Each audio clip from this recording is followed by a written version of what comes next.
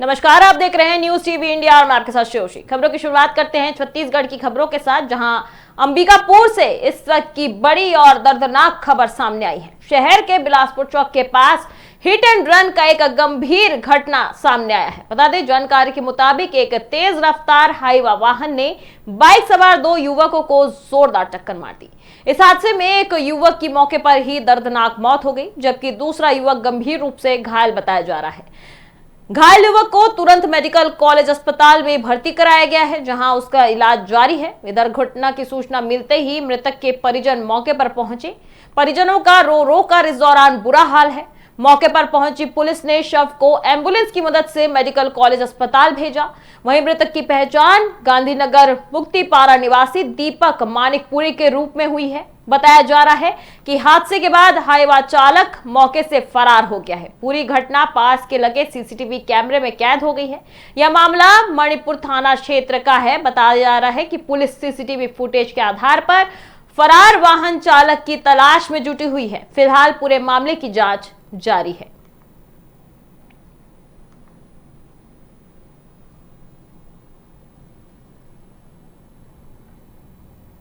चलिए बढ़ते हैं अगली खबर की ओर। अगली खबर जांजगीर चांपा से है, जहां जिले के प्रवास पर पहुंचे कौशल विकास और अनुसूचित जाति विकास विभाग के मंत्री खुशवंत साहिब ने गिरौदपुरी के विकास को लेकर कांग्रेस पर जोरदार हमला बोला। बता दें, मंत्री खुशवंत साहिब ने मीडिया से बातचीत के क्रम में उन्होंने कहा कि छत्तीसगढ़ में कांग्रेस की सरकार 5 साल तक रही, लेकिन इस दौरान गिरौदपुरी के विकास के लिए कोई काम नहीं किया गया। उन्होंने कहा कि कांग्रेस सरकार ने एक ईंट तक नहीं रखी और सिर्फ राजनीति करती रही। मंत्री ने आरोप लगाया इस दौरान कि कांग्रेस ने हमेशा अनुसूचित जाति समाज की अनदेखी की है। उन्होंने साफ कहा कि गिरौदपुरी से जुड़े जितने भी बड़े विकास कार्य हुए हैं वे भाजपा सरकार के समय पर ही पूरे हुए हैं। मंत्री खुशवंत साहिब ने बताया कि मौजूदा भाजपा सरकार ने गिरौदपुरी के विकास के लिए पूरा प्लान तैयार किया है ताकि इस धार्मिक स्थल को और बेहतर बनाया जा सके। उन्होंने ये भी कहा कि भाजपा सरकार ने गिरौदपुरी मेले के लिए मिलने वाली राशि को पहले से दुगना कर दिया है, जिससे मेले का आयोजन और भव्य तरीके से हो सके।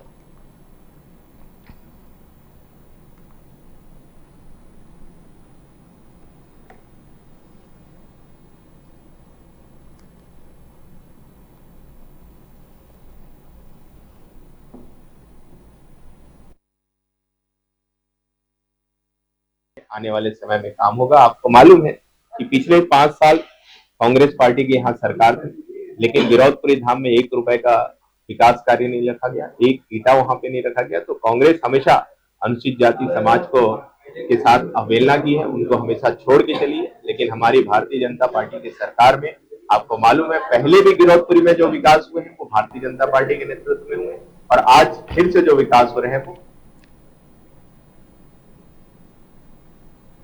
खबरों में आगे बढ़ते हैं। अगली खबर धमतरी से है, जहां छत्तीसगढ़ से इस वक्त की बड़ी खबर सामने आ रही है। जिले में 26 जनवरी को गणतंत्र दिवस का मुख्य पूरा कार्यक्रम सम्मान और खुशी के साथ मनाया जाएगा। इसको लेकर प्रशासन ने अपनी सभी तैयारियां पूरी कर ली है। बता दें, शनिवार को शहर के एकलव्य खेल परिसर में गणतंत्र दिवस कार्यक्रम का अंतिम पूर्वाभ्यास किया गया। वहीं मुख्य समारोह में कुरुद विधायक अजय चंद्राकर ध्वजारोहण करेंगे। इस बार धमतरी के गणतंत्र दिवस कार्यक्रम में एक खास बात देखने को मिलेगी। पहली बार आत्मसमर्पण करने वाले नक्सली भी इस मुख्य कार्यक्रम में शामिल होंगे। वहीं प्रशासन ने बताया कि उन्हें मुख्य धारा में लौटने और सम्मान देने के उद्देश्य से कार्यक्रम में बुलाया है। बता दें, धमतरी के एसपी सूरज सिंह परिहार ने कहा कि आत्मसमर्पण करने वाले नक्सलियों को समाज से जोड़ने के लिए यह कदम उठाया गया। उन्होंने बताया कि कार्यक्रम को लेकर सुरक्षा और व्यवस्था की पूरी तैयारियां कर ली गई है।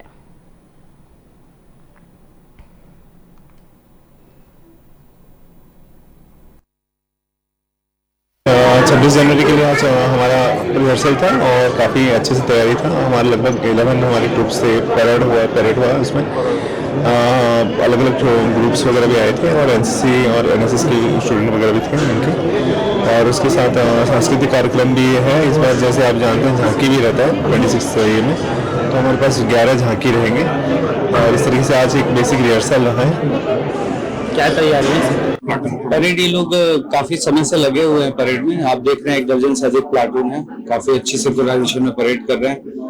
अन्य भी बहुत सारी तैयारियां जिला प्रशासन की तरफ से हुई है। इस बार के 26 जनवरी कार्यक्रम में विशेष ये रहेगा कि कल जो आत्मसमर्पित नक्सली हैं उनको भी भारत के प्रजातांत्रिक और गणराज्य मूल्यों में जो उनका विश्वास स्थापित हुआ है, तो उनको इस कार्यक्रम के आयोजन का साक्षी बनाने का हम लोग का प्रयास रहेगा। सुरक्षा का इंतजाम 26 जनवरी को लेकर हर वर्ष की तरह जो भी राष्ट्रीय पर्व पे जो भी सुरक्षा इंतजाम रहते हैं, बाहर जो ट्रैफिक वगैरह की व्यवस्था रहती है, अंदर जो वो रहती है व्यवस्था, वो पुख्ता तौर पे की जाए।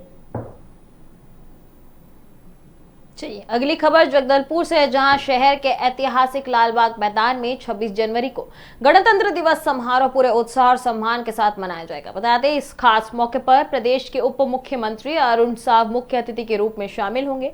वे लालबाग मैदान में ध्वजारोहण कर गणतंत्र दिवस समारोह की शुरुआत करेंगे। वहीं बता दें गणतंत्र दिवस कार्यक्रम को लेकर शनिवार को लालबाग मैदान में अंतिम रिहर्सल कराई गई। इस रिहर्सल में प्रशासनिक तैयारियों की जांच की गई ताकि कार्यक्रम बिना किसी परेशानी के पूरा हो सके। अंतिम रिहर्सल के दौरान सहायक कलेक्टर विपिन दुबे मुख्य अतिथि की भूमिका में मौजूद रहे। उन्होंने ध्वजारोहण किया और परेड की सलामी ली, साथ ही पूरे कार्यक्रम की व्यवस्थाओं का निरीक्षण किया। बता दें कलेक्टर ने सभी अधिकारियों को निर्देश दिए कि गणतंत्र दिवस समारोह समय पर सुनिश्चित और सम्मान के साथ पूरा किया जाए। बताएं प्रशासन ने साफ कहा कि 26 जनवरी को कार्यक्रम पूरी तैयारी और सुरक्षा के साथ आयोजित किया जाएगा।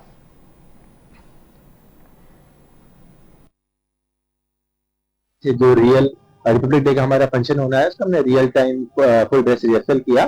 तो इसके अंदर जो परेड का निरीक्षण किया जाता है वीआईपी के द्वारा और जो कल्चरल परफॉर्मेंसेज हैं उन सब का तैयारी की गई और सभी बच्चों और सभी जो अधिकारी हैं सब पूरे जोश से हमारा गणतंत्र दिवस मनाने के लिए पूरे रूप से तैयार हैं।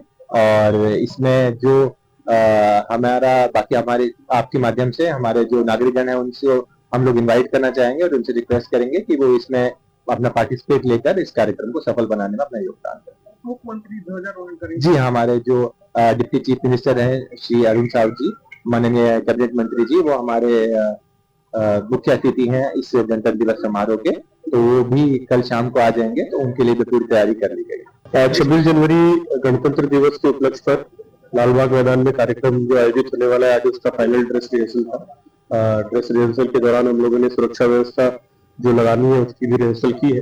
पूरे इलाके में हम लोग लगातार पेट्रोलिंग के माध्यम से सतर्क हैं और गणतंत्र दिवस सफलतापूर्वक आयोजन किया जाएगा और जहां पर भी आवश्यकता है वहां पर हमारे सुरक्षा बल तैनात है।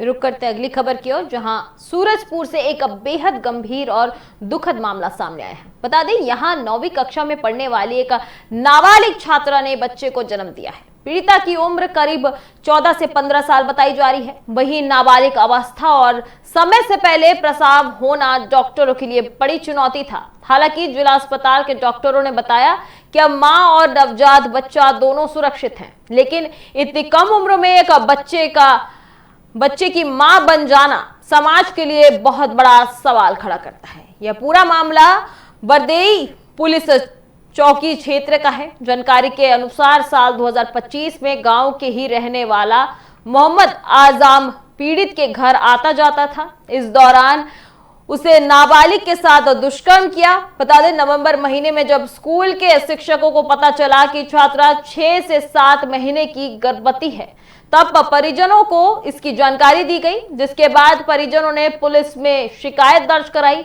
पुलिस ने आरोपी को गिरफ्तार कर फिलहाल जेल भेज दिया है। अब बच्चे के जन्म के बाद पीड़िता और उसका परिवार आर्थिक परेशानी में है। प्रशासन आगे क्या मदद करता है, इस पर सभी की नजर बनी हुई है।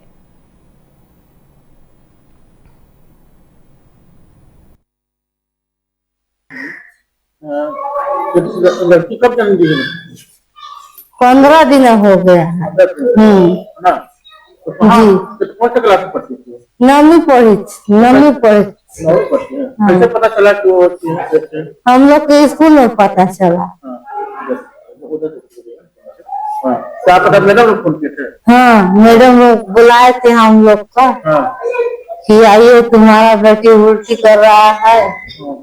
गए थे 2 जन, माँ आयो और चाची गए, दोनों जोरानी दिखाने गए थे।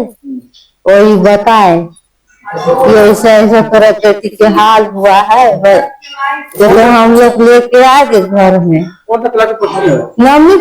नवी पढ़ती है।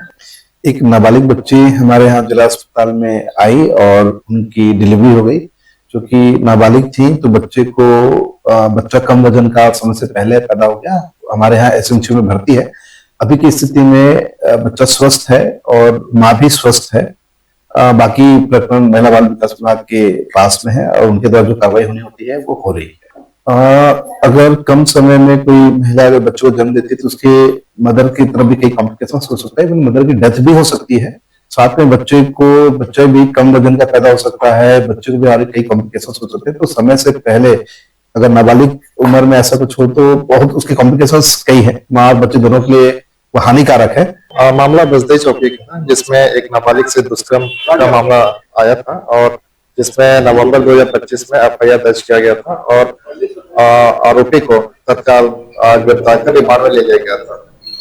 अभी क्या स्थिति है? नाबालिग ने अभी इसी माह एक बच्चे को जन्म दिया है और जो अभी